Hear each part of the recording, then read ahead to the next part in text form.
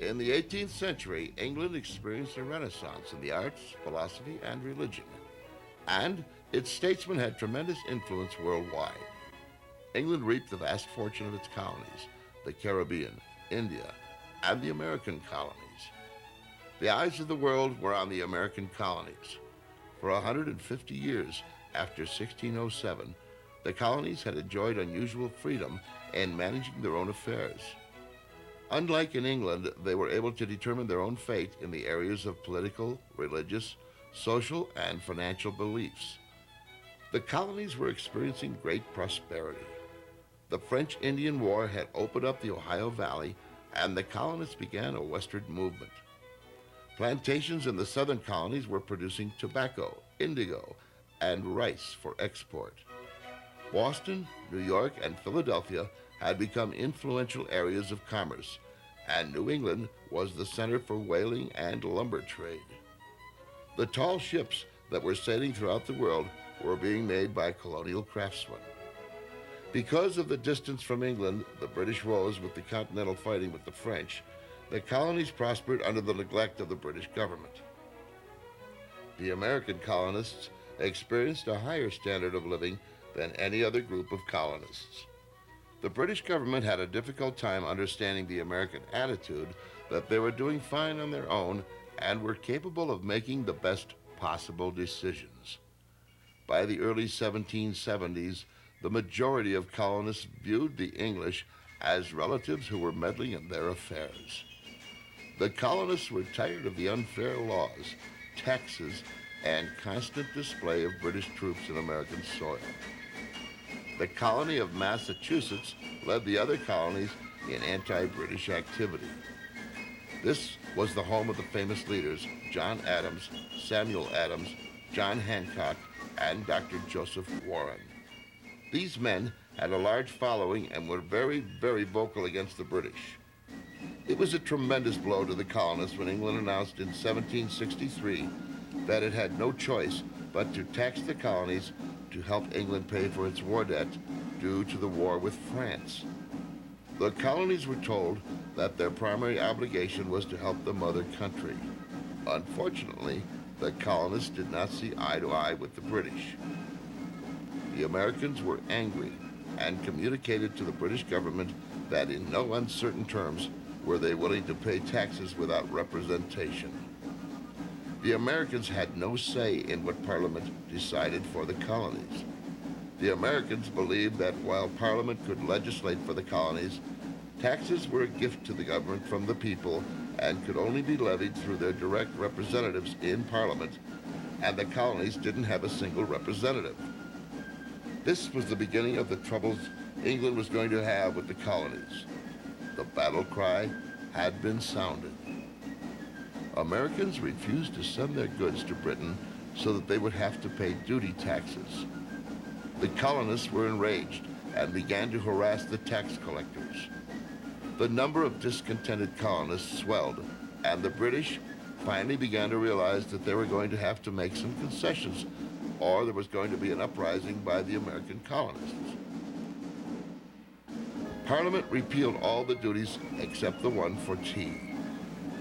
England had passed a law changing the way tea was sold to the colonies.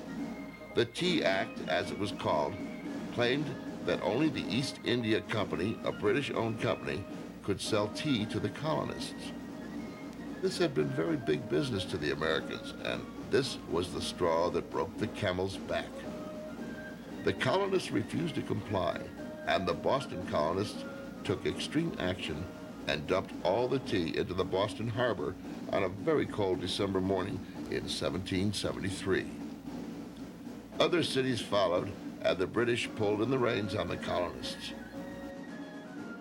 Parliament decided to punish the people of Massachusetts by passing an act that totally closed down the port.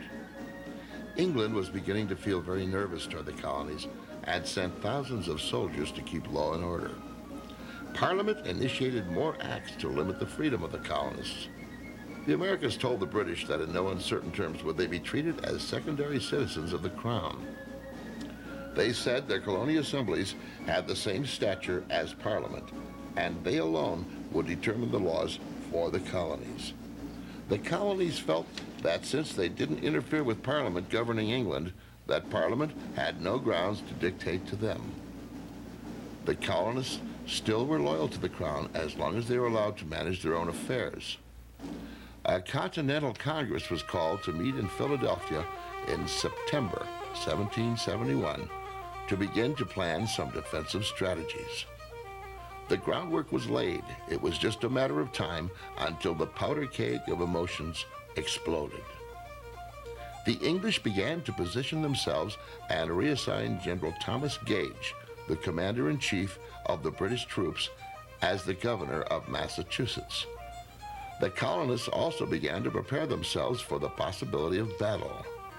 Each colonial town had its own militia, but they were not well organized and only met once a year for training. The colonists now began training on a monthly basis. Their goal was to be ready in a minute's notice. Hence, the name for these soldiers was the Minutemen. In the winter of 1775, the British found out that the colonists had been hiding weapons and ammunition in small towns. On April 14th, General Gage received a letter from Britain demanding that he take action against the colonists. General Gage told Colonel Francis Smith to organize British soldiers and lead a march on Concord. On the evening of April 18th, Smith had his troops leave Boston in small boats to work their way up to Concord. The British thought they were sneaking into Lexington and Concord, but unbeknown to them, no sooner had they left Boston than two couriers, Paul Revere, a silversmith, and William Dawes, a cordwainer, rode nonstop to Lexington and Concord by different roads to sound the alarm that the British were coming to capture the supplies. Paul Revere reached Lexington first and stopped to warn Samuel Adams and John Hancock, two militant leaders who were hiding from the British. Paul Revere was captured by a British patrol, but Dawes was able to continue to warn people along the way to Concord. The immortal poem Paul Revere's Ride by Henry Wadsworth Longfellow tells us the story of Paul Revere's midnight ride. The American Revolution began in Lexington and Concord on Wednesday, April 19th, 1775. On that cold day, no one knew that a war which would take years to finish had begun. The morning of April 19th was extremely cold.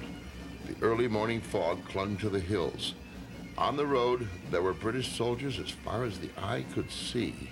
Between 700 and 800 soldiers marched on this dreary day to Concord to seize and destroy all the artillery and ammunitions, provisions, and all other military stores you can find.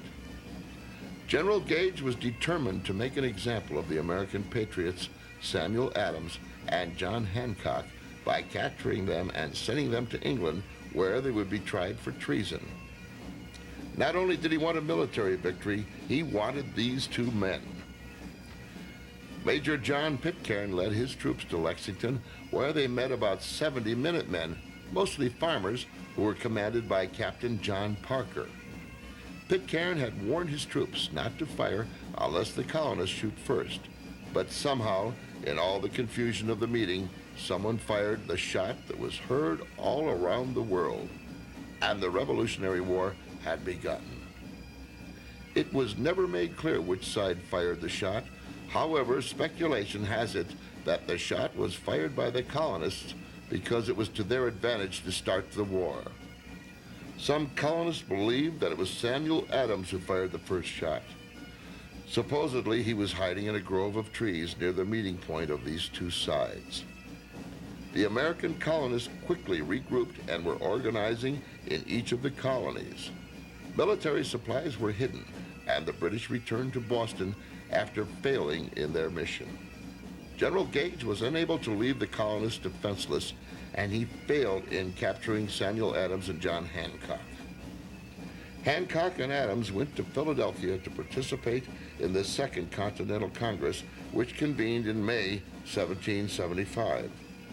The colonists' ranks had swollen to 3,000 militia soldiers.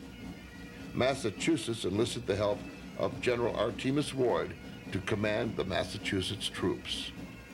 Captain Benedict Arnold was also commissioned from the Connecticut militia to raise an army of 400 men from western Massachusetts to capture the British Fort Ticonderoga on Lake Champlain in upper New York.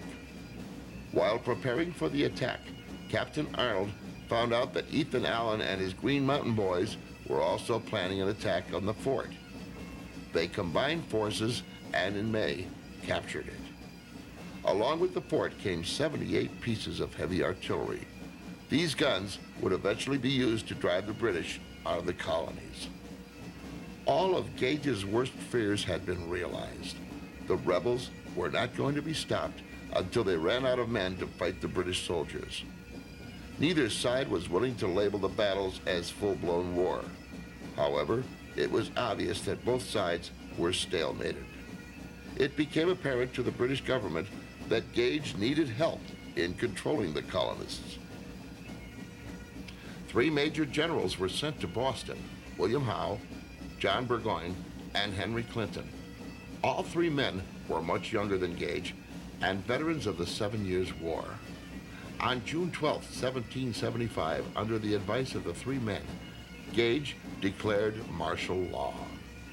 Gage called their New England militia and their British sympathizers as rebels and traitors. 1,100 British reinforcements arrived, and the generals decided to seize Dorchester Heights near Boston. On June 13th, the rebels got wind of the British plans.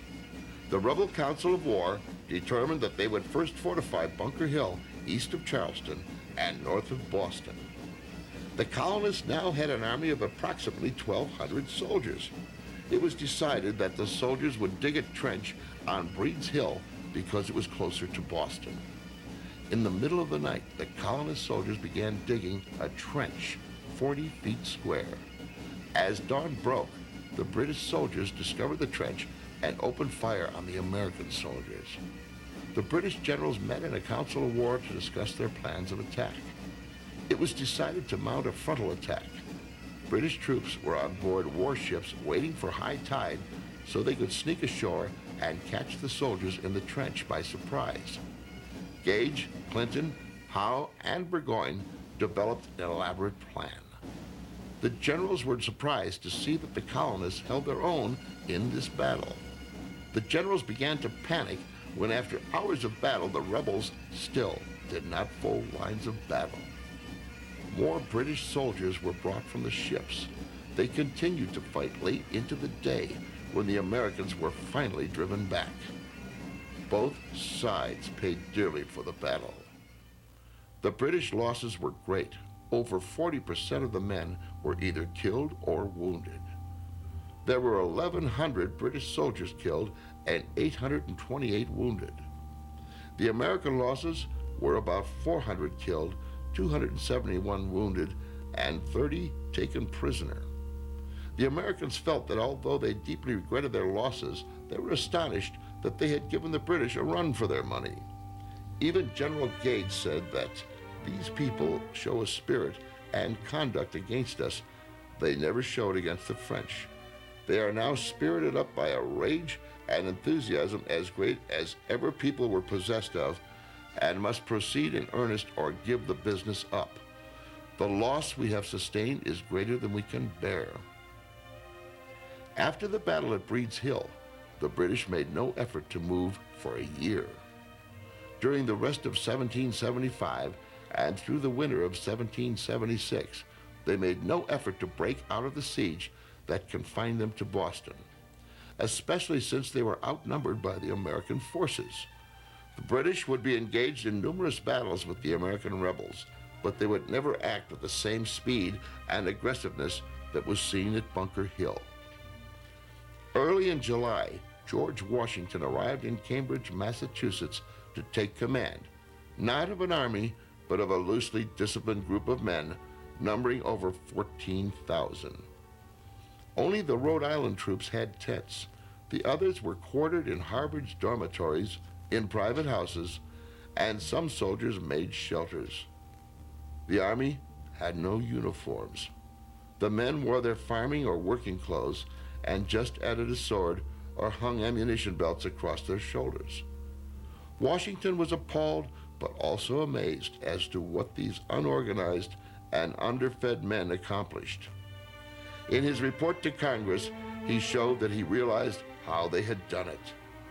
The deficiencies in their numbers, he wrote, their discipline and stores can only lead to this conclusion that their spirits had exceeded their strength.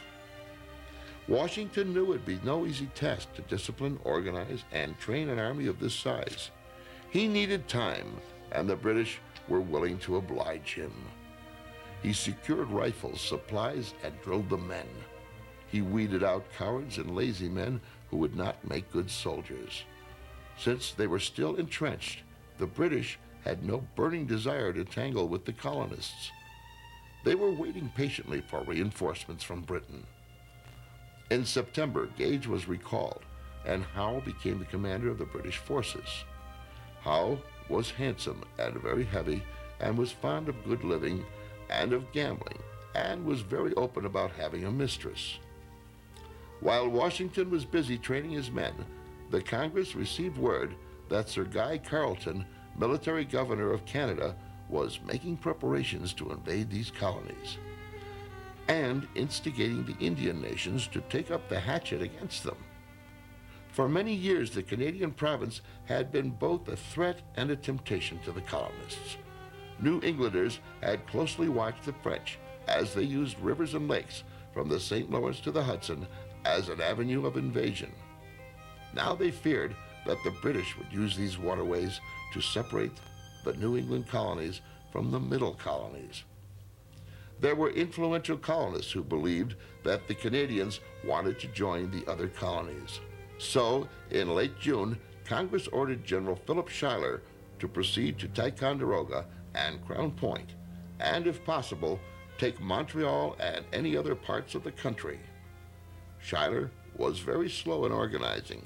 He failed to enlist enough troops until late in August, while his more energetic second-in-command, Brigadier General Richard Montgomery, quickly launched the expedition from Crown Point without him. While this force was proceeding to Ticonderoga, Washington came up with another plan. Why not send another column at the same time to attack Quebec, just 150 miles down the St. Lawrence from Montreal? If the two cities were attacked simultaneously, Carleton would be at the serious disadvantage and in all probability could not defend both. A practicable route seemed to be open at the Kennebec River, then along the Dead River to Lake Megantic and down the Chaudière to where it met the St. Lawrence, within 4 miles of Quebec. For this mission, he selected 1,050 volunteers and picked riflemen under the command of Colonel Benedict Arnold. Schuyler laid siege to St. John's September 6th, then, because of illness, relinquished command to Montgomery, an extremely able officer. The garrison capitulated November 2nd, but Carleton escaped with the remnants of his small force to Quebec, thereby uncovering Montreal, which the Americans occupied on November 13th. Arnold's column, after suffering incredible hardships through brutal terrain and weather, reached the outskirts of Quebec November 9th. By now, the force consisted of only about 600 gaunt, ragged men, their clothing torn to pieces, hung in strips. Few had any shoes but moccasins made of raw skin. Many without hats, beards long, and visages thin and meager. Montgomery, with 300 men, joined Arnold, and on December 31st they attacked the walled city in a snowstorm, only to have the assault end in disaster when Montgomery was killed and Arnold wounded. Arnold, however, refused to give up. He appealed to Congress for reinforcements and decided to keep the remnants of his force around the city for the winter. A heroic gesture, perhaps, but a foolhardy one, fraught with suffering and danger for his men. Carleton was well supplied to withstand a winter siege, and with the coming of spring and more British troops, he would have little difficulty in driving the Americans away. In the meantime, Arnold's men suffered cruelly from the weather, smallpox, and hunger. The natives refused to feed them, and Arnold admitted that our credit extends no farther than our arms. The result was that the men plundered priest and peasant alike, despite Washington's order to the contrary. Thus, the attempt to win the support of the Canadians to the American cause was doomed. King George, meanwhile, refused even to receive the so-called Olive Branch petition forced through the Congress by the Conservatives, which affirmed their loyalty to the king, but reiterated the grievances of the colonies and begged the Crown to prevent further hostilities until such compromise could be worked out. Instead, the king now proclaimed all the colonies to be in open rebellion and prohibited all commerce with them, effective March 1st, 1776. These actions, of course, considerably strengthened the hands of the radicals. "Now," wrote Jefferson, "we want neither inducement nor power to declare and assert separation. It is a will alone that is wanting, and that is growing apace under the fostering hand of our king." Something soon came to build much of the will necessary in the form of a 47-page pamphlet entitled Common Sense, showing once again that perhaps the pen can be mightier than the sword. Written by Thomas Paine, a 38-year-old English immigrant, it was published in Philadelphia in January 1776, and within 3 months had sold over 100,000 copies, a phenomenal sale in that day and age. Despite its title, it appealed to the emotions rather than to reason, and was not aimed primarily at the educated people. Paine had the ability to speak in the language of the ordinary colonist. He pleaded the cause of independence by ridiculing the theory of the divine right of kings, thus undermining respect for the crown, by then really the last tenuous tie with the mother country. Even more important than his ridiculing of kings was his clear call for immediate independence. Everything that is right or reasonable pleads for separation. The blood of the slain, the weeping voice of nature cries, "'Tis time to part." This was the message that spread throughout the colonies, the message that Congress, with all its petitions and resolutions, had not been able to get across to the ordinary colonists. Then, as if the idea of independence needed further stimulation, Parliament proceeded to give it the final push. It passed an act removing the colonies from the protection of the Crown and authorizing the seizure and confiscation of all American ships at sea. Passed in December 1775, news of it reached Philadelphia at the end of February and threw the delegates into consternation. The radicals, of course, were delighted at the additional blunder. The mother country herself had now cut the colonies off and practically declared war. By now it was evident to the British government that the plans for subduing the American colonies would have to be conceived on a much grander scale than had been at first anticipated. The strategy of simple seizure of certain towns and cities along the coast, which could be done because of the British control of the sea, or of burning towns and dispersing small bands of ragged rebels, would not crush the revolt. Instead, a much broader plan was now developed. The decision was to divide the colonies and conquer them in big chunks in order to isolate the 3 general areas. That is, the New England colonies, the Middle colonies, and the Southern colonies. 3 large columns would do this, one moving south from Canada, another sweeping north from the Carolinas, and the third thrusting through New York and Pennsylvania, and then splitting north and south to unite with the other 2 columns. It was a simple divide and conquer strategy that should have been successful. Its failure lay in lack of overall support and coordination on both the political and military levels, and a critical underestimation of the ability and determination of the rebels on the part of the individual British field commanders. The first move in this plan was made January 20th, when Clinton sailed from Boston with a force he vaguely estimated at between 1,200 and 1,500. He was to rendezvous off Cape Fear, North Carolina, with another command under General Lord Charles Cornwallis, and Admiral Peter Parker to be sent from Ireland.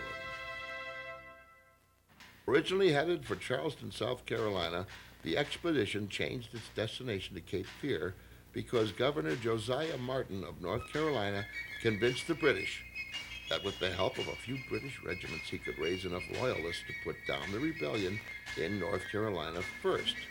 And this, he claimed, would facilitate the capture of South Carolina and Georgia. Martin based his hopes of raising a large force primarily on a relatively new group of immigrants, the so-called Highland Scots, who had made small settlements in several coastal counties. They had fought for the Stuarts against the House of Hanover in 1745, and after their bloody defeat at Collendon, had found refuge in the New World. Although they had no love for the Hanoverian George III, they had still less for more settlers in the Piedmont area, many of whom were the so-called Lowland or Scotch-Irish immigrants. Thus, by 1775, North Carolina was generally split into two groups. The Patriots, consisting primarily of the Scotch-Irish and other settlers of the Piedmont, who favored independence from the Crown, and the Loyalists or Tories, primarily the Crown officials, wealthy merchants and planters, conservatives, and Scots Highlanders who favored loyalty to the king at any price. The fleet from Ireland was supposed to sail in December, but in fact did not leave until the middle of February. As communications between Britain, General Howe, and Governor Martin were necessarily slow and unreliable, the governor decided to start raising his army without waiting for the arrivals of the British troops. By February 15th, he had about 700 Highlanders and 800 other Loyalists under the command of 80-year-old Donald MacDonald, an experienced soldier and general in the militia. But as soon as word of the Loyalist activities leaked out, the Patriots began gathering their forces under Colonel James Moore of the 1st North Carolina Regiment. Moore raised about 1,000 volunteers and Minutemen and decided to contest the Loyalist march to the coast to join the Redcoats at Moore's Creek Bridge, about 20 miles above Wilmington. In the misty dawn of February 27th, with drums beating and bagpipes skirling, the Highland Scots, some dressed in plaids and kilts, rushed the bridge, swinging the terrible claymores and screaming their battle cry, King George and broadswords. They were met by a withering fire at point-blank range as rebel rifles flashed and cracked in the pale gray light. Almost the whole advance party was cut down. In less than 5 minutes, the Loyalist force was in complete retreat, which quickly turned into a rout as the rebels promptly mounted a counterattack. In the next few days, they captured over 800 Loyalists, almost destroying the small army and preventing the rendezvous with the British. Although not realized at the time, this victory did much more than merely check the growth of Loyalist sentiments in the colony.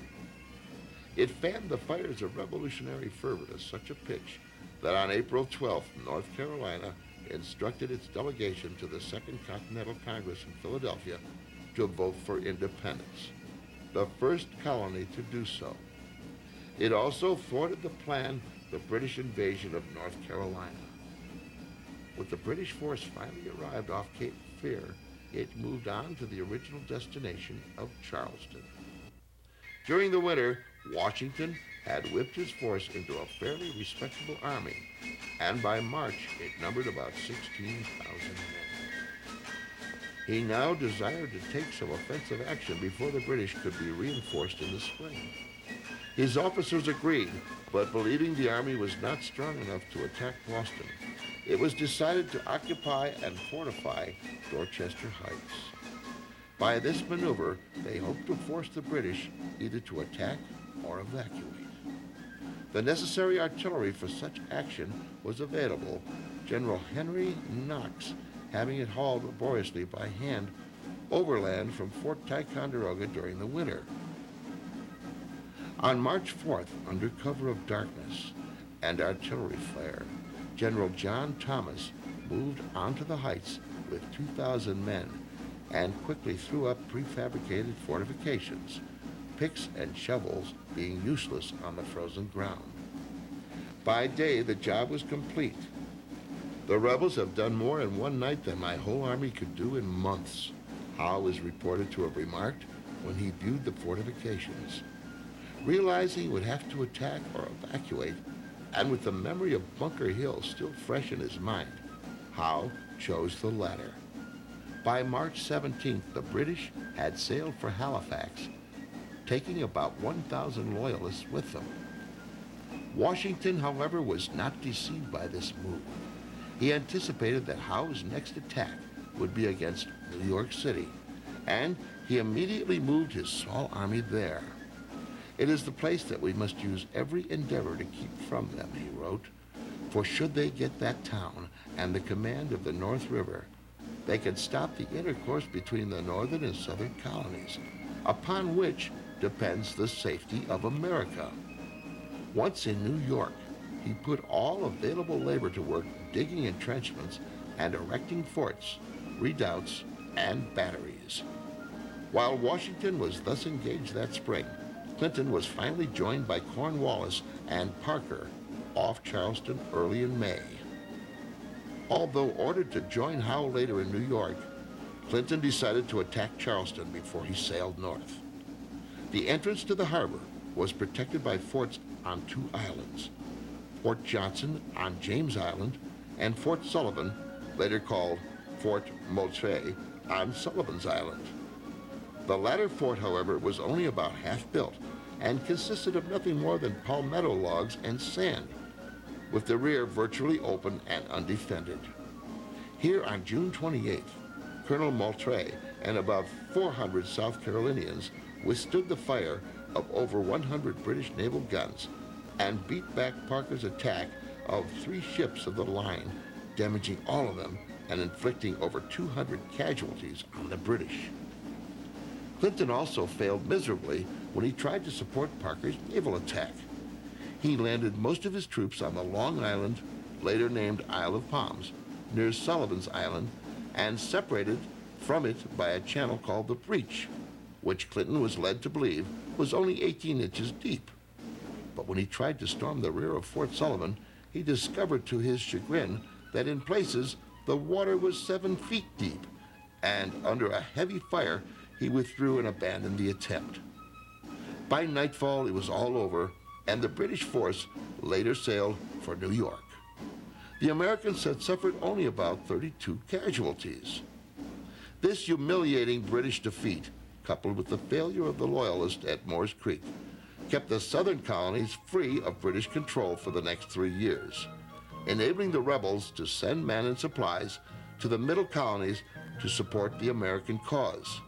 If the news from the South was encouraging, that from the North was not. In April, Arnold's small force, which had spent the terrible winter in front of Quebec, was finally reinforced by Congress with enough troops to bring its strength up to 2,000. And in May, General John Thomas, a capable, energetic officer, was placed in command. Thomas immediately realized that the little army, racked by disease and desertions, was in no condition to conduct a siege. He ordered a retreat.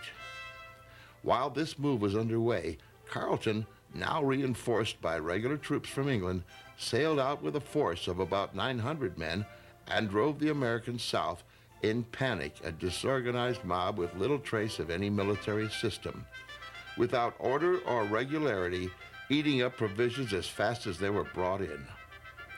By early July, they were back on American soil at Fort Ticonderoga, and Montreal and Quebec were safe in British hands. Despite this failure of the Canadian campaign, it did achieve one of Washington's main objectives in delaying for over a year a British buildup for an invasion south. As Washington had predicted, Howe's main objective now became the middle colonies. His immediate goal was New York City, which he hoped to use as his major base for conquest of the colonies. Reinforcements arrived steadily. Within a week, 130 ships of war and transports disembarked over 9,000 troops. On July 12th, Admiral Richard Howe, brother of the general, arrived with a fleet of 150 ships crowded with soldiers fresh from England. A little later, Parker arrived from Charleston with 2,500 men under Clinton and Cornwallis. In August, they were joined by 8,000 German Hessians. Howe's total force now consisted of approximately 32,000 well-disciplined professional soldiers, fully armed, equipped, and supplied. This was the largest expeditionary force England had ever dispatched. On July 2nd, after months of violent disagreements and debates, the Congress passed a resolution that these united colonies are, and of right, ought to be free and independent states, that they are absolved from all allegiances to the British Crown, and that all political connection between them and the state of Great Britain is and ought to be totally dissolved. Introduced by Richard Henry Lee of Virginia and seconded by John Adams of Massachusetts, it was a fitting climax to the long alliance between Virginia and Massachusetts in the quest for independence. The die was now cast. There could be no turning back. What was needed now was a formal document to proclaim the fact to the world and, at the same time, justify and explain the necessity for this world-shaking event. Thomas Jefferson had drafted a declaration, and July 3rd and 4th were spent discussing it.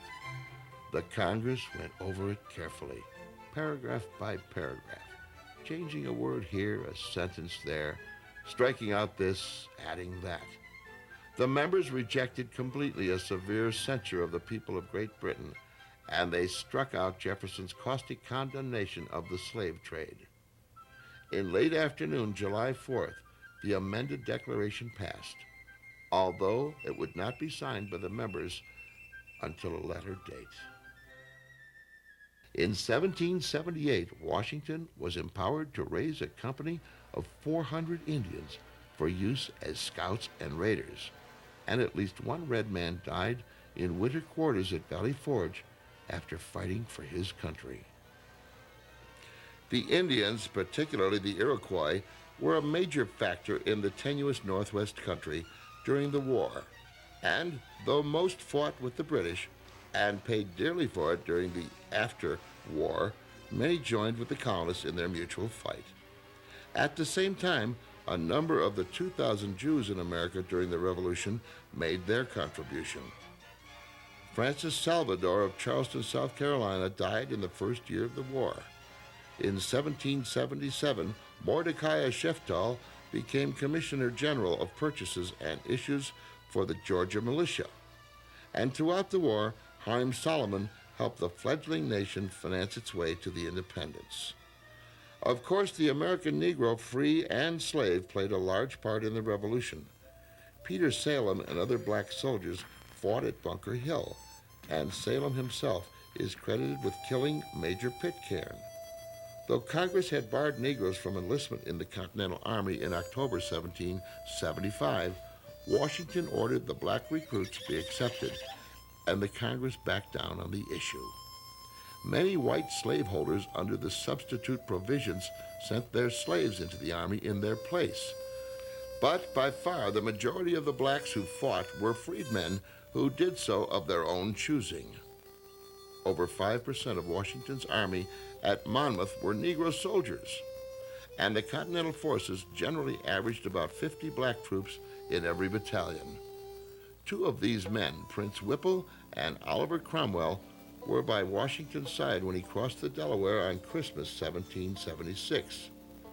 With the exception of two all-black regiments, one from Rhode Island and one from Massachusetts, Negro soldiers were not segregated in the Army. Of course, there were widespread opposition to their service, predominantly from the northern slave traders and southern plantation owners. But the blacks proved themselves in battle. A few, like Edward Griffin of North Carolina, were freed by state edict in return for their services. In one battle alone, during the withdrawal of Sullivan from Newport, the newly formed Black Regiment from Rhode Island, 400 strong, withstood 3 furious assaults by some 1,500 Hessians. While the men were fighting, the women of the Revolution cooked, nursed, ran hospitals, sewed, raised supplies and money, and suffered hardship and privation for the cause. Many followed their husbands in the army, making life in war a little more tolerable by preparing meals for soldiers. Others spent their time within sight and sound of the enemy, spying and carrying information back to the rebels. They melted their pewter into bullets and made their bedding into clothing.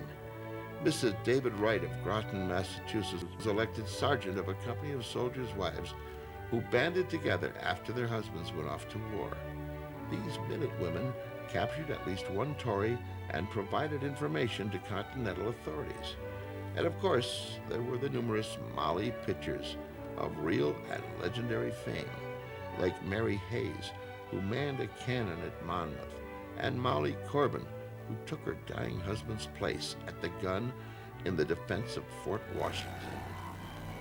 Whatever their mode of service, the women of colonial America did their part, and more, for the winning of independence. Washington realized that the key to the defense of Manhattan lay beyond the limits of the island.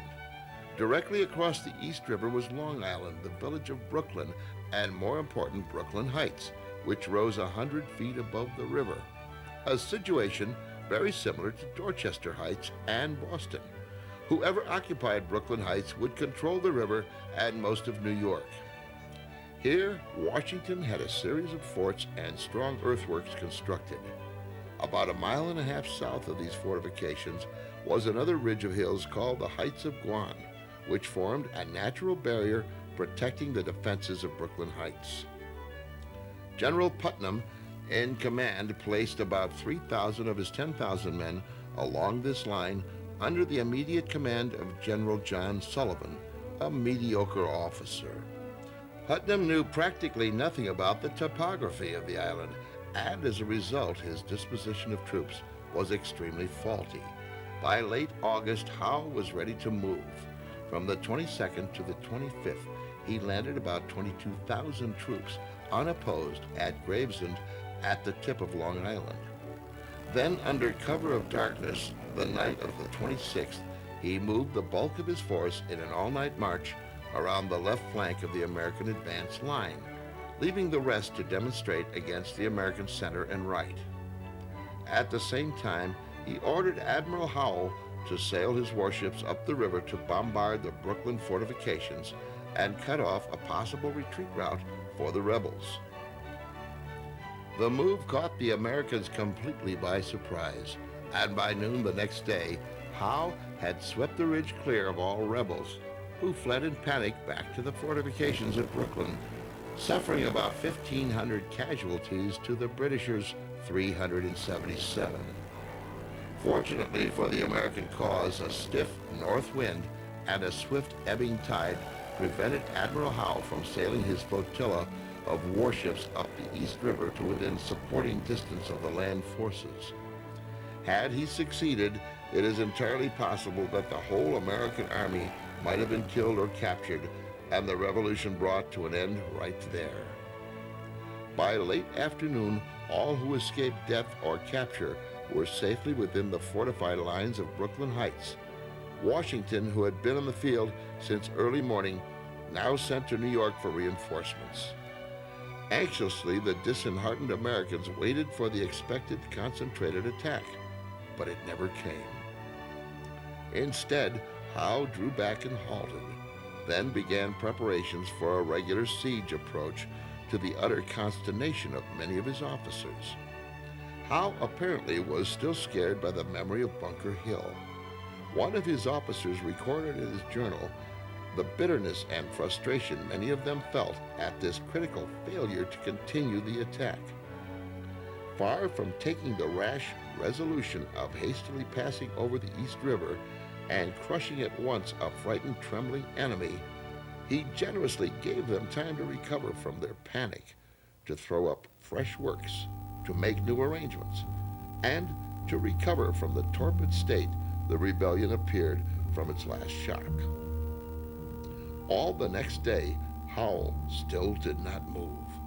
That afternoon, a cold northeaster blew up and pelted the hapless and hungry Americans.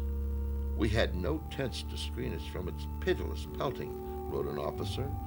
For food, all they had was hard biscuits and pickled pork, eaten raw because fires were impossible in the downpour. Despite their sufferings, however, nature really helped the rebels, for the storms kept the British fleet out of the East River and left an avenue of retreat open if needed. Finally realizing his precarious position on the morning of the 29th, Washington ordered his officers to New York to gather all boats fit for transporting troops and to assemble them by dark.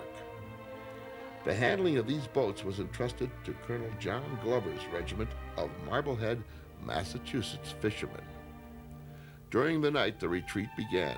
A Connecticut major described what happened. To move so large a body of troops, with all their necessary appendages, across a river full a mile wide, with a rapid current, in face of a victorious, well-disciplined army nearly 3 times as numerous as his own, and a fleet capable of stopping the navigation so that not one boat could have passed over, seemed to present most formidable obstacles. But in the face of these difficulties, the commander-in-chief so arranged his business that on the evening of the 29th by 10 o'clock, the troops began to retire from the lines in such a manner that no chasm was made in the lines. But as one regiment left their station on guard, the remaining troops moved to the right and left and filled up the vacancies, while General Washington took his station at the ferry and superintended the embarkation of the troops. It was one of the most anxious, busy nights I ever recollect, and being the third in which hardly any of us had closed our eyes in sleep, we were all greatly fatigued. In the face of a complete disaster, Washington succeeded in extricating 9,500 men with all their supplies and equipment from under Howe's very nose. The noted English historian Trevelyan stated it was a master stroke of energy, dexterity, and caution by which Washington saved his army and his country. This brilliant stroke was undoubtedly crucial to the patriotic cause, as after the defeat on the 27th and the chance of complete annihilation, the morale of the Americans had been shattered. One officer observed, if independence had not been declared before the battle of the 27th, it is the opinion of the writer that it would not have been declared. This was apparently Howe's belief also, because instead of vigorously pursuing Washington, he now delayed several vital weeks while he sent General Sullivan, who had been captured, to Congress to suggest an informal peace conference to discuss reconciliation. Benjamin Franklin, John Adams, and Edmund Rutledge were appointed to meet with Howe. The conference was held on Staten Island, September 11th, but when Howe insisted the revocation of the Resolution of Independence was a necessary prelude to any peace negotiations, the meeting broke up. Had independence not been declared, it is highly probable that the rebellion would have ended then and there.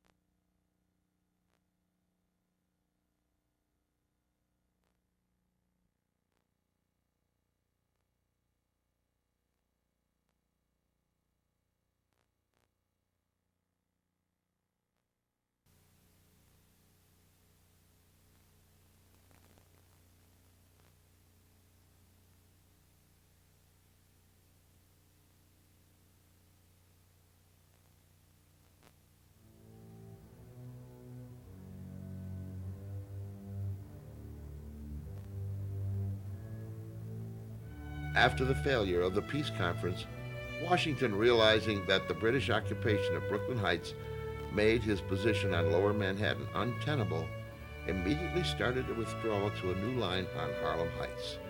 For a change, Howe reacted quickly and almost succeeded in capturing a large part of the American army with a surprise landing at Kips Bay on the rebel left flank, September 15th.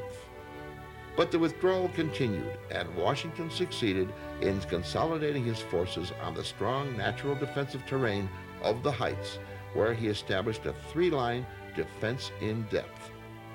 The next day, the British advance party made a weak attack, which was quickly repulsed, while the rebels continued to erect strong entrenchments.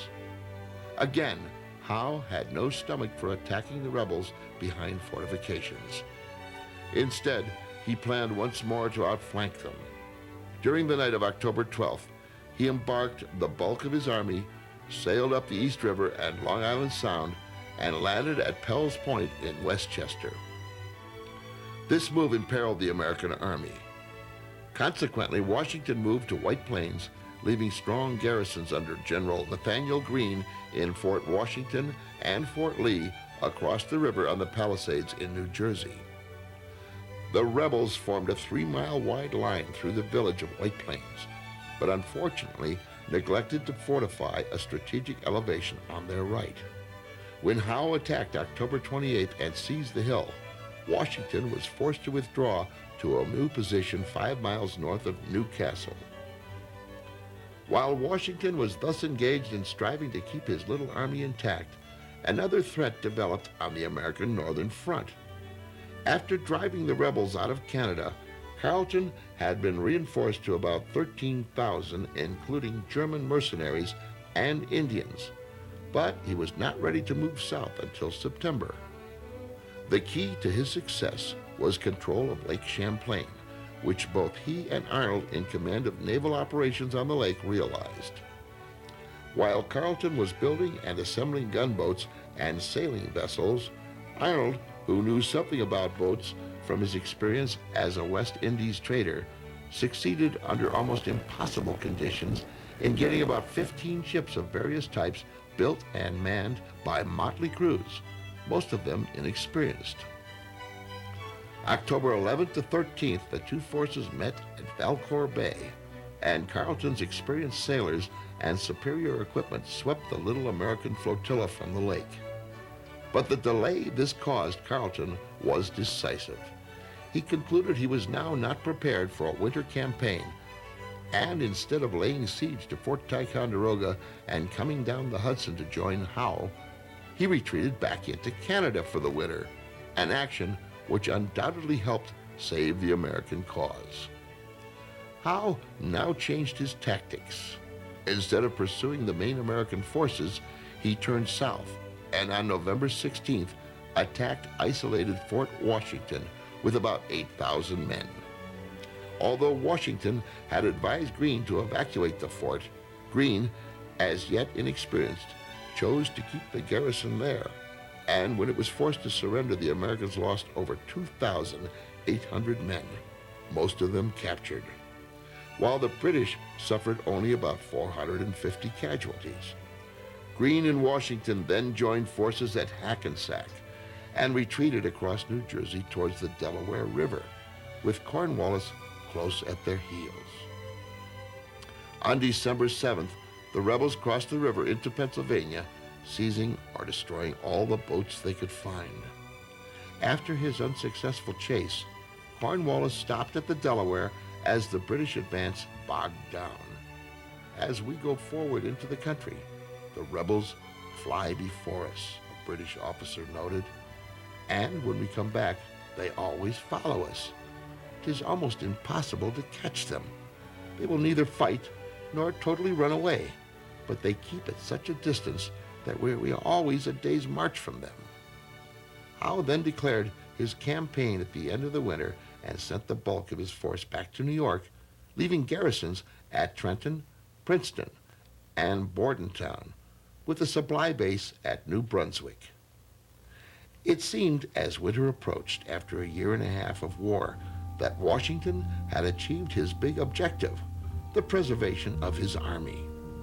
So long as Washington and that army existed, the rebellion would go on, regardless of what territory the British might control. But, in fact, the army was on the verge of collapse. Desertions, disease, lack of supplies, and apathy on the part of the Congress and the people of the colonies threatened to destroy it. A British general wrote to the commander of the Hessian garrison at Trenton that the American army was almost naked, dying of cold, without blankets, and very ill supplied with provisions. It was that December that Thomas Paine, the propagandist of the Revolution, wrote his famous words. These are the times that try men's souls. The summer soldier and the sunshine patriot will, in this crisis, shrink from the service of their country, but he that stands, it now deserves the love and thanks of man and woman. Washington realized in desperation that something had to be done, and done quickly, to restore morale and arouse interest in the cause of freedom. He decided on a surprise attack on the ill-prepared force at Trenton. Christmas night, he led about 2,400 men across the ice-choked Delaware in a blinding snow and sleet storm, and early the next morning attacked the sleeping Hessians in 2 columns. The surprise was complete. In less than an hour, almost 1,000 Hessians were captured or killed, while the rebels suffered only 5 casualties. The Patriot cause now looked to new hope, and enlistment started to pick up. An American officer observed, "Never were men in higher spirits than our whole army is." Howe reacted quickly to this embarrassing defeat. He ordered Cornwallis into Jersey with heavy reinforcements to crush the small rebel force. Cornwallis reached Trenton January 2nd, but then rejected the advice of his officers to attack at once, stating that he could do just as well bag the fox the next morning, to which one of his officers replied, "My lord, if you trust those people tonight, you will see nothing of them in the morning." Leaving his campfire burning and just enough men to give the appearance of an occupied camp, Washington stole around Cornwallis's flank, and by dawn was close to Princeton, where he routed a British force coming up to join his antagonist. Hearing the sound of battle in his rear, Cornwallis fell back to Brunswick to protect his supply base, and Washington led his exhausted troops into winter quarters in the hills around Morristown. With these 2 quick victories, Washington had cleared all but eastern New Jersey of British troops, but more important, he had restored the shattered morale of the Americans. A British civilian noted that now volunteer companies are collecting in every county on the continent, and in a few months the rascals will be stronger than ever. Even the parsons, some of them have turned out as volunteers and pulpit drums of thunder, when you please to call it, summoning all arms in this cursed bauble. Damn them all. Although these volunteers and the state militia were a vital element, indeed, the war could not have been won without them. It was almost impossible for Washington to make any long-range plans concerning them. Most of the volunteers came to fight 1 or 2 battles near their homes and then disappeared again. In too many cases, the state militia were little better. Prior to 1775, nearly every able-bodied man between 16 and 50 served in the militia, organized primarily for defense against the Indians, and in some places the French. Most of the time, however, it was more a social club than a military organization. Usually the enlisted men elected their officers and disposed of them in like manner. Strict military discipline was practically unknown. Oftentimes their enlistments were for 3, 6, or 9 months, and when their term expired, they promptly took off for home, regardless of the military situation or the wishes of their officers. Consequently, they could not be consistently relied upon. By spring of 1777, the Patriot Army was up to over 10,000 men and in relatively good condition. Then Howe surprised Washington by withdrawing all his troops to New York, with the exception of a small force at Amboy. During the winter, the British ministry had approved a new plan for conquering New York and isolating the New England states. A strong force commanded by General John Burgoyne would push down Lake Champlain and the Hudson River. A secondary force consisting primarily of Loyalists and Indians would operate from Oswego through the Mohawk Valley, and a large detachment from Howe's army would move up the Hudson and join Burgoyne at Albany. This was an excellent plan, but the ministry also approved at the same time Howe's plan to capture Philadelphia, in the mistaken belief that he could accomplish that and still join Burgoyne in time. On June 17th, Burgoyne moved south from Canada with a force of 9,400 men, including British and German troops, Canadians, Loyalists, and Indians. July 6th, he captured Fort Ticonderoga and substantial American supplies. Moving on quickly, Burgoyne continued his advance south, but then things began to go wrong for the British. Rough terrain and the laying tactics of General Philip John Schuyler's troops, who felled trees, destroyed bridges, and burned crops, slowed his progress and strained his supplies. The secondary force coming through the Mohawk Valley stopped to besiege Fort Stanwix, but when they learned that Arnold was a force of about 1,000 was coming to the fort's support, they retreated back into Canada. To make matters worse, Howe was not coming from New York. On July 23rd, he set sail for Philadelphia with 1,500 troops, leaving Clinton to hold New York with a small force. By early August, Burgoyne's supply situation was critical. Learning of a large store of American supplies at Bennington, Vermont, he sent a detachment of about 800 to seize it. But an aroused band of New England militia, alarmed by stories of Indian atrocities, routed this force, as well as reinforcements sent later on August 16th. Inflicting about 1,000 casualties, Burgoyne now had a crucial decision to make: retreat to Canada or gamble and push on towards Albany. He chose the latter. September 13th, the British crossed to the west bank of the Hudson, and 4 miles north of the village of Stillwater, they came upon the Americans, about 9,000 men, commanded by General Horatio Gates, entrenched in a strong position on Bemis Heights, where the road to Albany passed through a narrow defile. The American position commanded both the road and the river. On September 19th, Burgoyne attacked the rebel left in an attempt to gain some high ground, but was checked short of his objective after a furious day-long fight. The British commander then decided to entrench and await help from Clinton in New York, and for 3 weeks he waited in vain. Clinton did not move up the Hudson, and October 6th captured some forts below Albany, but then decided he needed reinforcements before advancing farther, and retreated back to New York, leaving Burgoyne isolated. Realizing his situation was desperate, Burgoyne tried once more on October 7th to cave in the American left. But when that failed, he retreated northward to the heights around Saratoga. But there, an American force that had now grown to about 20,000 surrounded his hungry troops. On October 17th, he surrendered his entire army, consisting now of only about 6,000 men. This British disaster proved to be the turning point of the war. When news of the American victory reached Europe, France decided to aid the Americans openly by recognizing their independence, entering into a treaty of amity and commerce, and agreeing to a treaty of alliance if and when war broke out between Britain and France. This was the aid and support the Americans had to have in order to achieve independence. Washington, meanwhile, had not fared so well. After finally leaving New York in July, Howe, instead of proceeding directly up the Delaware to Philadelphia, sailed up Chesapeake Bay, and on August 25th landed at Head of Elk, 55 miles from the city.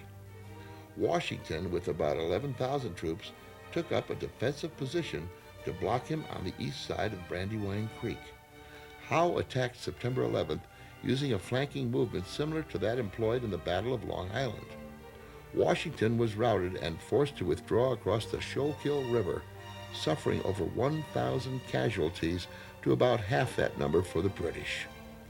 Congress fled to Lancaster and later to York as the British occupied Philadelphia with their main encampment in Germantown. Washington now planned a surprise attack against Howe at his base in Germantown with a series of complicated maneuvers requiring almost perfect coordination and timing. Under cover of a heavy fog before dawn on the morning of October 4th, he threw 2 columns at the British center, while another 2 columns were ordered to attack both flanks simultaneously. Unfortunately, the British were not taken completely by surprise, and when the necessary coordination did not take place, the attack slowed. Then, some American troops, confused in the fog, fired on each other, and the rumor started that the British were in their rear. Panic set in and the attack turned into a disorderly retreat. The Americans suffered over 700 casualties. Despite these 2 defeats and the loss of Philadelphia, morale was surprisingly high as Washington in December led his battered army into winter quarters at Valley Forge on the banks of the Schuylkill. Undoubtedly, the great victory at Saratoga helped, but Washington was to learn that winter encampments for the Continental Army could be even more trying and costly than battles in the field. He had selected this desolate winter quarters for a definite purpose: to protect the citizens of Pennsylvania and New Jersey from the marauding enemy, and at the same time to guard the main road from the south to New England. For this, he was severely criticized by the very people he was trying to protect, many of his officers and members of the Congress. He told them, "My answer is that our hopes are not placed in any particular city or spot of ground, but in preserving a good army furnished with proper necessities, to take advantage of favorable opportunities and master and defeat the enemy piecemeal." But when they arrived at Valley Forge, Washington discovered that Congress and the Quartermaster General had failed to secure and transport the necessary supplies, and the local farmers, mostly loyalists in sympathy, were unwilling to sell their products to the rebels. There was fresh pork aplenty in New Jersey and barrels of flour along the Susquehanna, but the wagons and horses needed to transport these supplies were lacking. Thus, Washington was forced to witness the terrible, tragic sight of his soldiers literally starving and freezing to death in a land of plenty. He wrote to Congress, "I am now convinced that unless some great and capital change suddenly takes place, this army must inevitably be reduced to one or other of these 3 things: starve, dissolve, or disperse in order to obtain sustenance in the best manner they can." Howe had missed a wonderful opportunity to destroy the Americans. He had made no move all winter to attack the rebels, critically short of food and supplies, although they were only 20 miles from Philadelphia. In May, he was relieved and replaced by Clinton. But Clinton brought orders for the evacuation of Philadelphia, much to the disgust of the local loyalists. With the advent of the French alliance and the threat of the French Navy, the British did not want to keep their lines extended so far. So in June, they moved out across New Jersey on the way back to New York.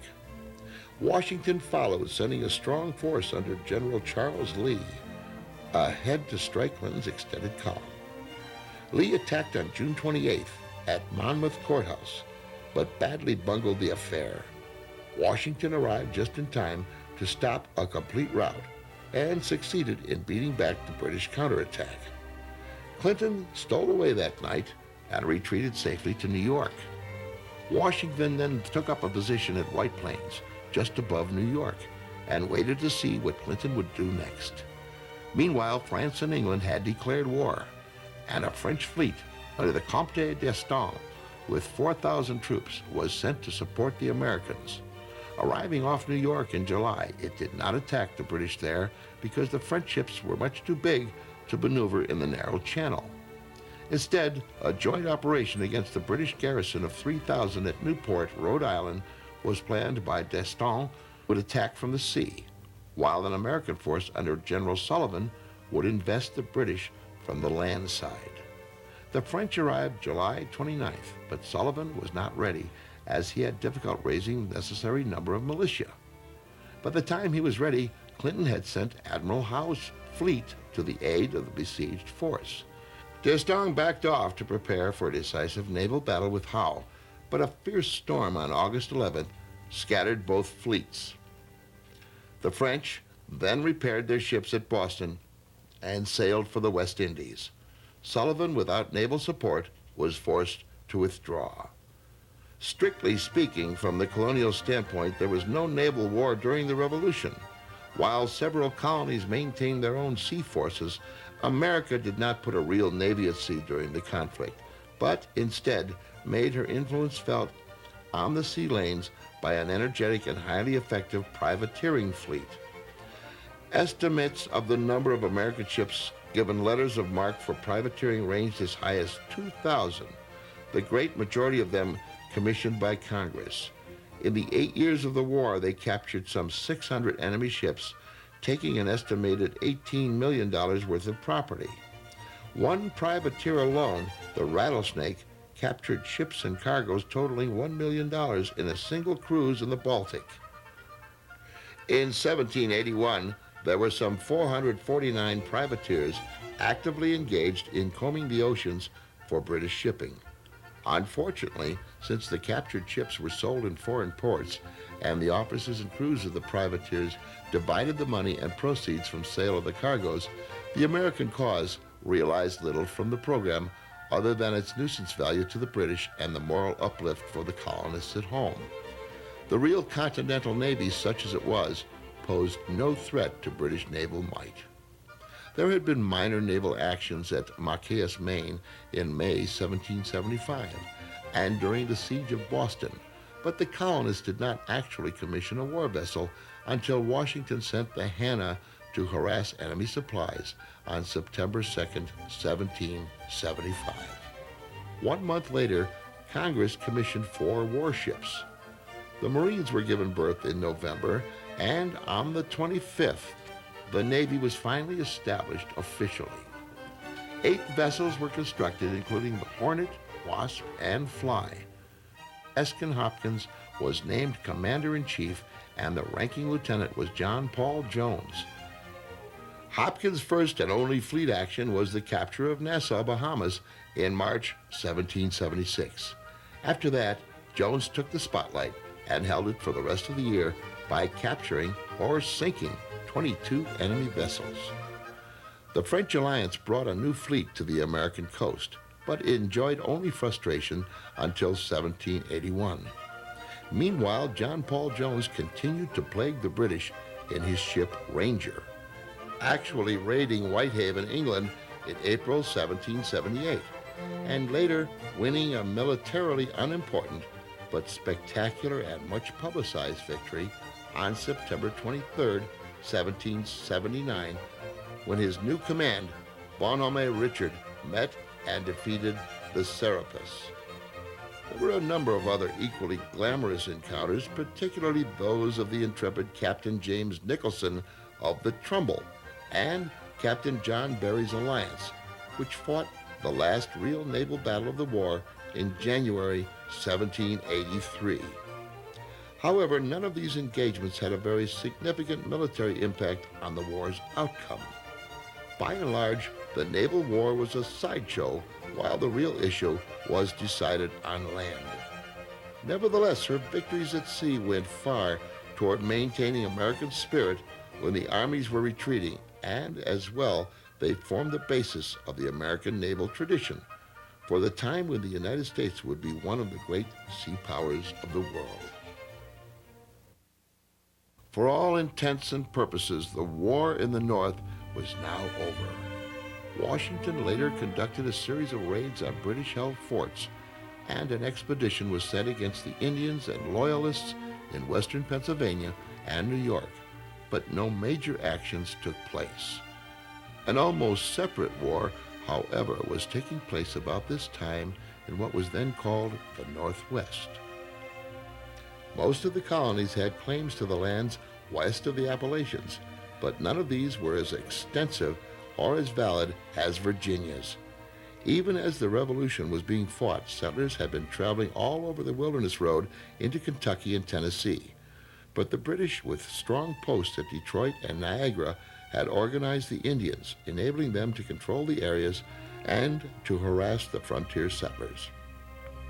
In December 1777, Governor Patrick Henry of Virginia met with Colonel George Rogers Clark and then proposed that the latter command an expedition against the lightly held British posts in the Northwest, then claimed by Virginia. The following May, Clark left Redstone Fort, Pennsylvania with some 200 men and floated down the Ohio on his way to the first objective, British-held Kaskaskia on the Mississippi. Clark invested the village on the night of July 4th, and the next day the British surrendered to the Americans without the loss of life. Near Cahokia, it capitulated next. The French inhabitants of the region, upon learning of the French alliance, embraced the American cause, and through the efforts of the French priest, Father Gibald, the villagers of Vincennes pledged an oath to the new American flag. Lieutenant Governor Henry Hamilton in Detroit, upon hearing that Clark had wrestled the Northwest from British control, prepared to regain the territory. On December 17, 1778, Hamilton, with a force of 500 British and Indians, descended upon Vincennes and recaptured the fort, Fort Sackville, and village. Word of Hamilton's sudden appearance at Vincennes reached Clark at Kaskaskia at a time when his forces were dangerously reduced by the expiration of enlistments. However, Clark soon learned that Hamilton, feeling secure for the winter at Fort Sackville, had reduced his own forces to only 80 men. Gathering 170 men, including French volunteers from the nearby settlements, Clark began his famous march, February 5, 1779, against Vincennes, in heavy rains and across the flooded lands of the Wabash. Wading through ice water, often breast high, Clark's little army reached Vincennes on February 24, 1779, and opened a deadly fire upon the gun ports at Fort Sackville, preventing the surprised British gunners from manning their pieces. The following day, Hamilton surrendered the post. Through Clark's brilliant maneuvering, the Northwest had been secured and the British power in the region driven back to Detroit. Unable to mount a successful drive from Canada, and having failed in their efforts to take and hold the middle colonies, the British decided that a final attempt to crush the rebellion would be made in the southern colonies. This decision was influenced by the belief that a large number of loyalists would aid them, particularly in the Carolinas. As the first step in the operation, Clinton dispatched a force of about 3,500 from New York to Savannah, Georgia. On December 29, 1778, Savannah fell, and shortly thereafter the British captured Augusta. Then they conducted a series of raids up and down the coast from Charleston to Florida. In the spring, Washington sent a detachment of Continental regulars under General Benjamin Lincoln to try to recapture Augusta, but Lincoln was defeated. The British, at last, seemed to be on the way to some significant success.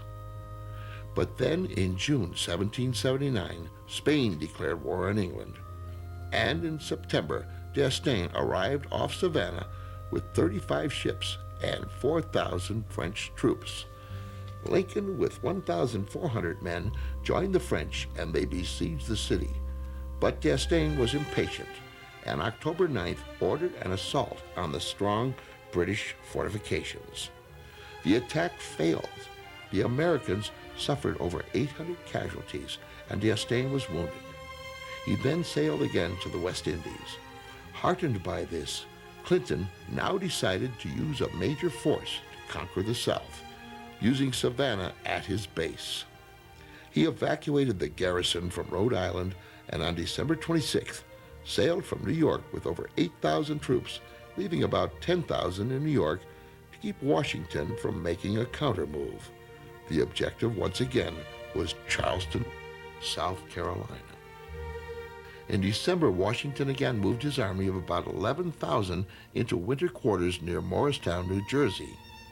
Even as the men set to work chopping down trees to build their crude log huts, the weather turned bitterly cold, and one snowstorm after another howled through the area. Again, Congress did not send the needed supplies, and the men suffered much without shoes and stockings and working half leg deep in snow. It turned out to be the worst winter of the war, and the troops suffered much more than they had at Valley Forge 2 years earlier.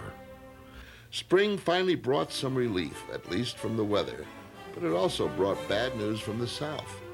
Clinton had arrived off the Carolina coast in February and had little trouble entering Charleston's harbor. The forts on Sullivan's and James Island had been allowed to fall into disrepair and were no longer tenable, and there was no artillery defense against an attacking fleet. Lincoln then made the fatal error of committing his whole force inside the city, and by early April, Clinton completed its investment. Unable to break out of the siege, Lincoln surrendered his entire force of about 5,000, including almost 2,000 Continentals. This was the greatest loss of Americans suffered during the entire war. Leaving Cornwallis to carry on the campaign, Clinton sailed back to New York, satisfied that South Carolina was securely in British control. In May, Washington almost had a mutiny on his hands. 2 Connecticut regiments, tired of their pay being in arrears and having been without meat or decent food for several days, ignored their officers and demonstrated on the parade ground until they were disarmed by Pennsylvania troops. No violence occurred, and most of the men were pardoned, but it was a clear warning of what could happen if things did not improve. The year had started badly for the Americans, but that summer a new ray of hope appeared. In July, a new French force of 5,000 under the command of Count de Rochambeau with a naval escort arrived at Newport, Rhode Island. Washington was now hopeful that a combined attack could be made on New York, but Howe immediately sent a British fleet to blockade Newport. Without the necessary naval support, Washington had to abandon the idea. Still, the American forces were gradually growing stronger. More help was expected from the French, and if the British could be contained in the South, then the cause of freedom was still healthy. Congress appointed General Gates, the hero of Saratoga, to lead the attempt to contain the British in the South, although Washington had recommended Greene. Gates took command in North Carolina in July of an army of about 4,000, including almost 2,000 Continentals detached from Washington, and started a slow march against the British supply base at Camden, South Carolina. On the morning of August 16th, Cornwallis, with a force of about only 2,400, surprised the Americans just north of the town. After a series of incredible blunders by Gates, the rebels were completely routed, many throwing away their arms in their panic-stricken flight, derisively called the Camden Races. Almost half the army was killed or captured, while many of the survivors simply disappeared. Belatedly following Washington's advice, Congress then relieved Gates and appointed Greene to command. With this defeat of the only large organized American force in the South, the way was open for Cornwallis's march north and the invasion of North Carolina. 3 parallel forces moved northward in September.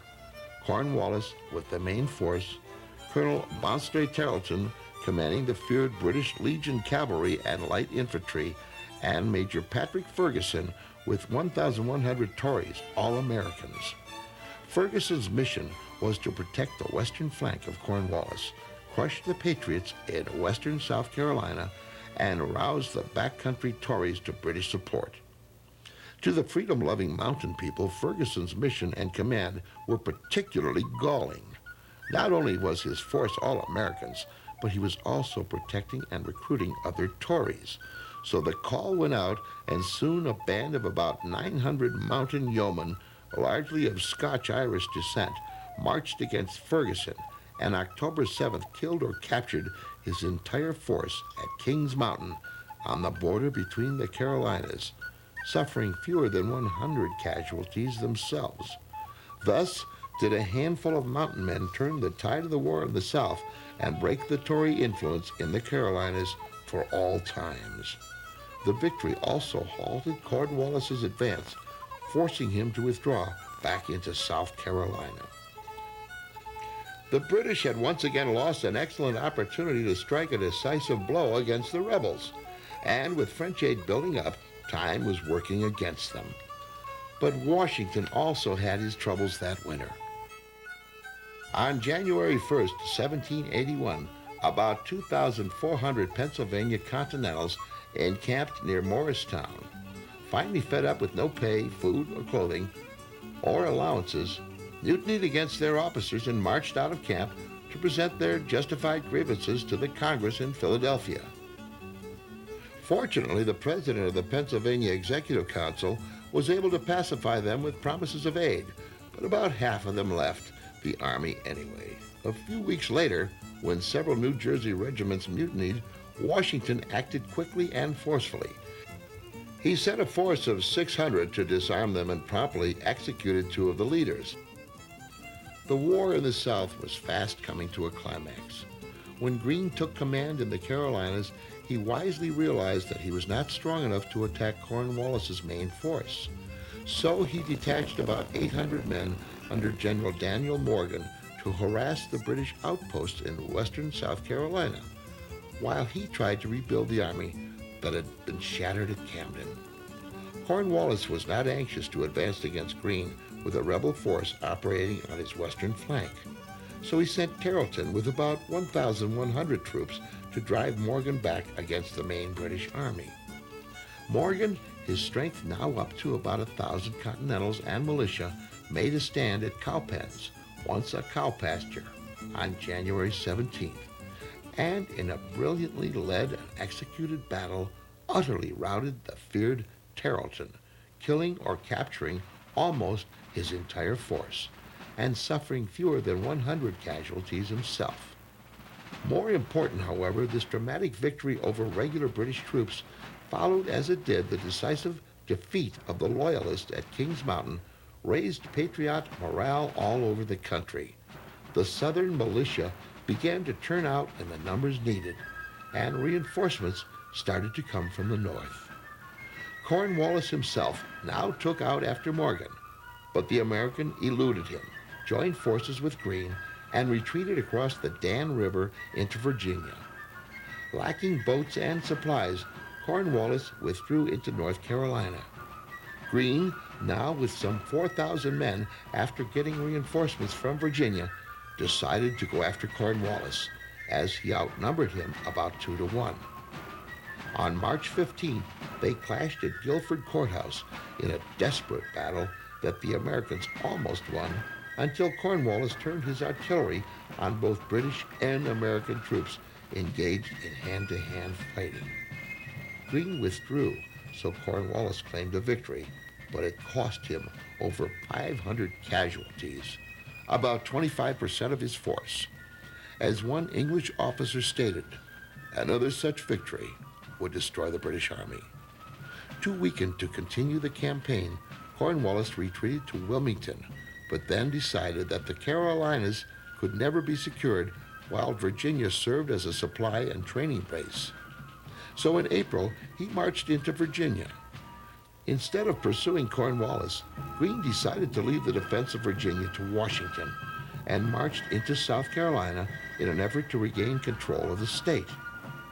Although he could claim no victories in a series of engagements during the spring and summer, by fall he had regained control of the area with the lone exception of Charleston. Cornwallis, meanwhile, had been reinforced in Virginia. Benedict Arnold, the turncoat, who had earlier failed in his attempt to betray to the British the fort at West Point, New York, had been appointed to a command in the British Army. In January, he sacked and burned Richmond and now joined forces with Cornwallis. With additional reinforcements under General Phillips, Cornwallis had over 7,000 men and raided freely throughout Virginia.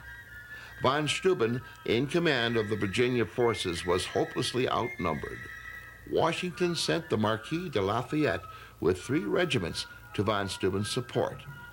And in the face of this, Cornwallis decided to establish a base on the coast from which he could maintain communication with Clinton in New York. On August 1st, he arrived in Yorktown, closely followed by Lafayette and von Steuben. Here was a great opportunity, and Washington seized it. Joined by Rochambeau from Rhode Island and informed that a large French fleet under the Comte de Grasse was sailing for Virginia, Washington secretly began to move the bulk of his army south. Making a feint towards New York to deceive Clinton, he moved into Virginia. De Grasse arrived at the end of August, blockaded Chesapeake Bay, and landed his troops to join Lafayette. A British fleet under Admiral Thomas Graves tried to break the blockade on September 5th, but was defeated and withdrew to New York, abandoning Cornwallis. Washington arrived and with his allied army of about 16,000 laid siege to the town. Without access to the sea, the British were doomed, and Cornwallis knew it. On October 19th, with his band playing "The World Turned Upside Down," he surrendered his entire army and wrote to Clinton, "I have the mortification to inform your Excellency that I have been forced to give up the posts of York and Gloucester and to surrender the troops under my command by capitulation as prisoners of war to the combined forces of America and France." Ironically, on October 24th, Clinton arrived off the coast with 7,000 reinforcements, but on learning of the British surrender, sailed back to New York.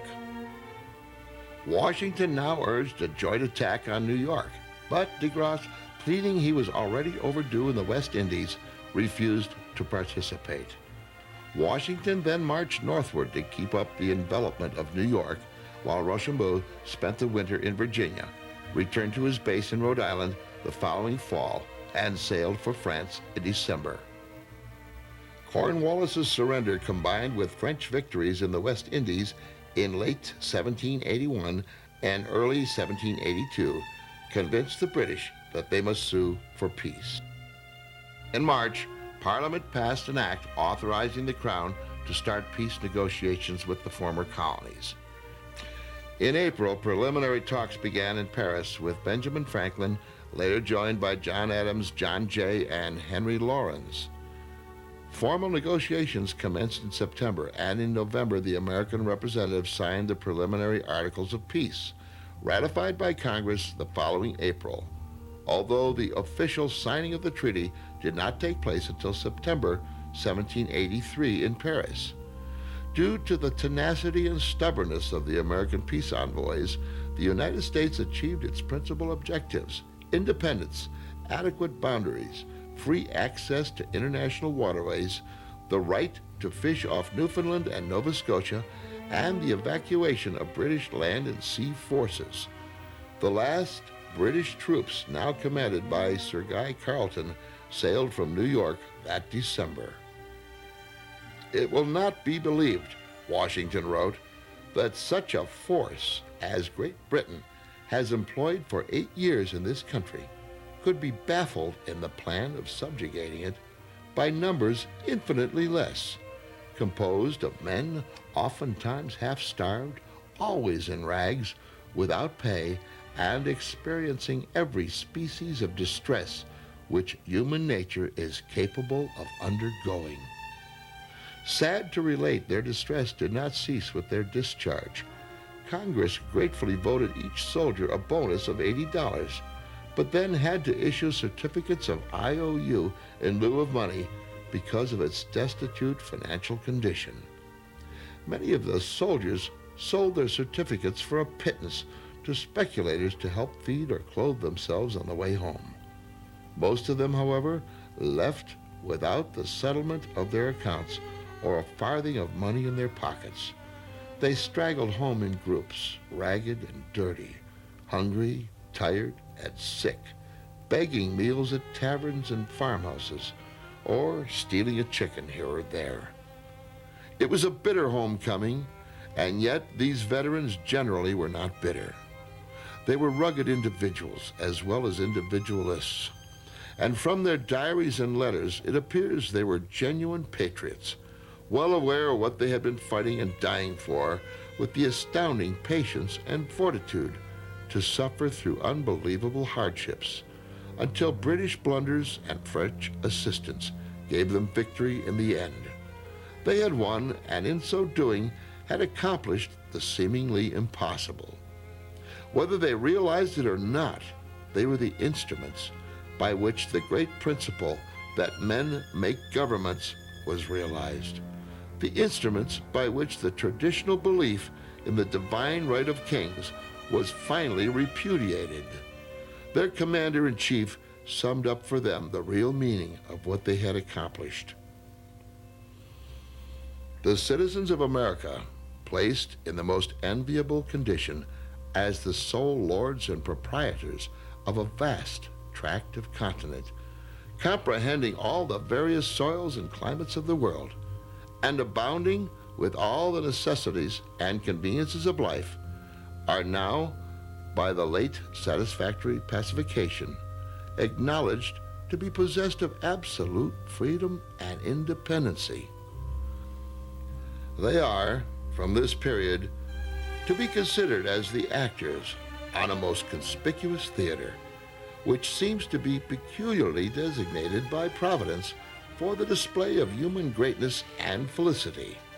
Here they are not only surrounded with everything which can contribute to the completion of private and domestic enjoyment, but heaven has crowned all its other blessings by giving a fairer opportunity for political happiness than any other nation has ever been favored with, for which our faith will be the destiny of the unborn millions be involved.